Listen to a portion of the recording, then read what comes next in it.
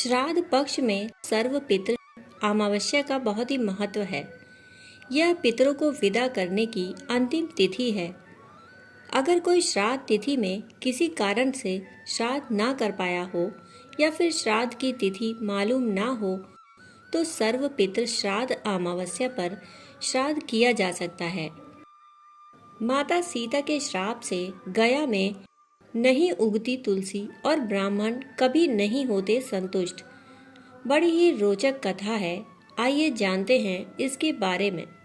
कौवा, तुलसी, ब्राह्मण, फाल्गुन नदी व गाय को माँ सीता ने श्राप दिया था। यही कारण है कि गया में आज भी तुलसी का कोई पौधा नहीं उगता। ब्राह्मण कभी भी संतुष्ट नहीं होते। इसकी कथा बेहद ही रोचक है। फाल्गु नदी सिर्फ नाम की ही नदी है। वाल्मीकि रामायण के अनुसार वनवास के दौरान भगवान राम, लक्ष्मण और माता सीता पितृपक्ष में श्राद्ध करने के लिए बिहार के गया धाम पहुंचे। वहां ब्राह्मण ने भगवान श्री राम और लक्ष्मण को श्राद्ध कर्म के लिए आवश्यक सामग्री जुटाने के लिए कहा। इस पर भगवान राम व लक्ष्मण नगर की ओर सामान लाने के लिए निकल पड़े। ब्राह्मण देव ने माता सीता से आग्रह किया कि पिंडदान का समय निकलता जा रहा है। यह सुनकर माता सीता की व्यग्रता भी बढ़ती जा रही थी, क्योंकि श्री राम और लक्ष्मण अभी नहीं लौटे थे। इसी दौरान दशरथ जी की आत्मा ने उन्हें आभास कराया कि पिंडदान का वक्त बीता जा रहा है। यह जानकर माता सीता असमंजस में पड़ गईं। तब माता सीता ने समय के महत्व को समझते हुए यह निर्णय लिया कि वह स्वयं अपने ससुर राजा दशरथ का पिंड दान करेंगी।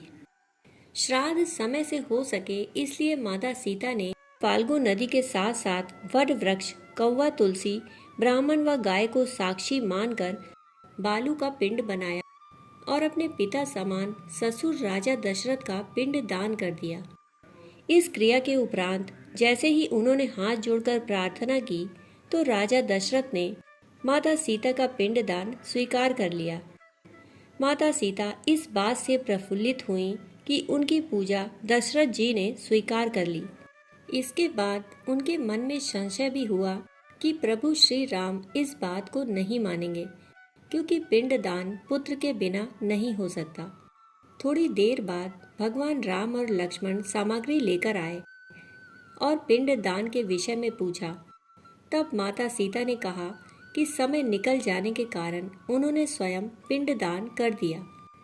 प्रभु राम को इस बात का विश्वास नहीं हो रहा था कि बिना पुत्र और बिना सामग्री के पिंडदान कैसे संपन्न और स्वीकार हो सकता है। इसके लिए राम ने सीता जी से प्रमाण मांगा। भगवान राम ने जब इन सब से पिंडदान किए जाने की बात सच है या नहीं यह पूछा, तब फाल्गु नदी, गाय, कौवा, तुलसी और ब्राह्मण पांचों ने प्रभु राम का क्रोध देखकर झूठ बोल दिया कि माता सीता ने कोई पिंडदान नहीं किया। पांचों साक्षी के झूठ बोलने पर माता सीता ने क्रोधित होकर उन्हें आजीवन श्राप दे दिया।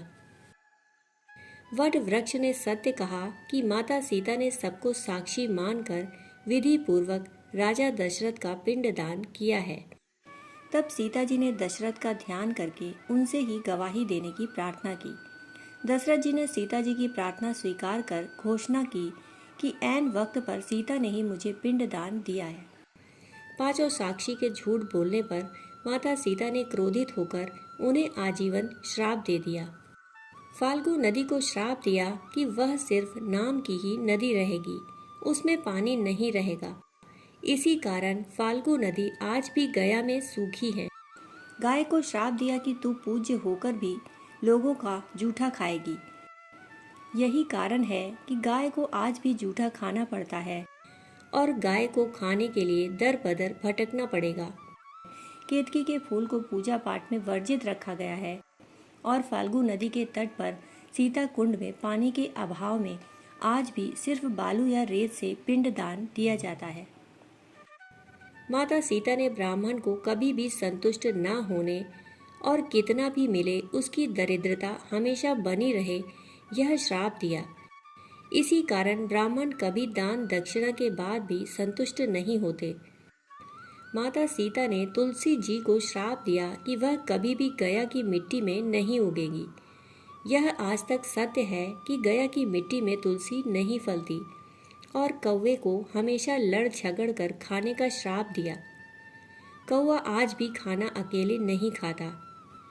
माता सीता ने जहाँ इन पांचों को श्राप दिया, वहीं सच बोलने पर वट वृक्ष को आशीर्वाद दिया कि उसे लंबी आयु प्राप्त होगी, वह दूसरों को छाया प्रदान करेगा। पतिव्रता स्त्री उनका स्मरण करके अपने पति की दीर्घ आयु की कामना करेगी। दोस्तों, कहानी सुनने के लिए आपका बहुत बहुत आभार। फिर मिलते हैं ऐसी ही कहानी के साथ। तब तक के लिए धन्यवाद।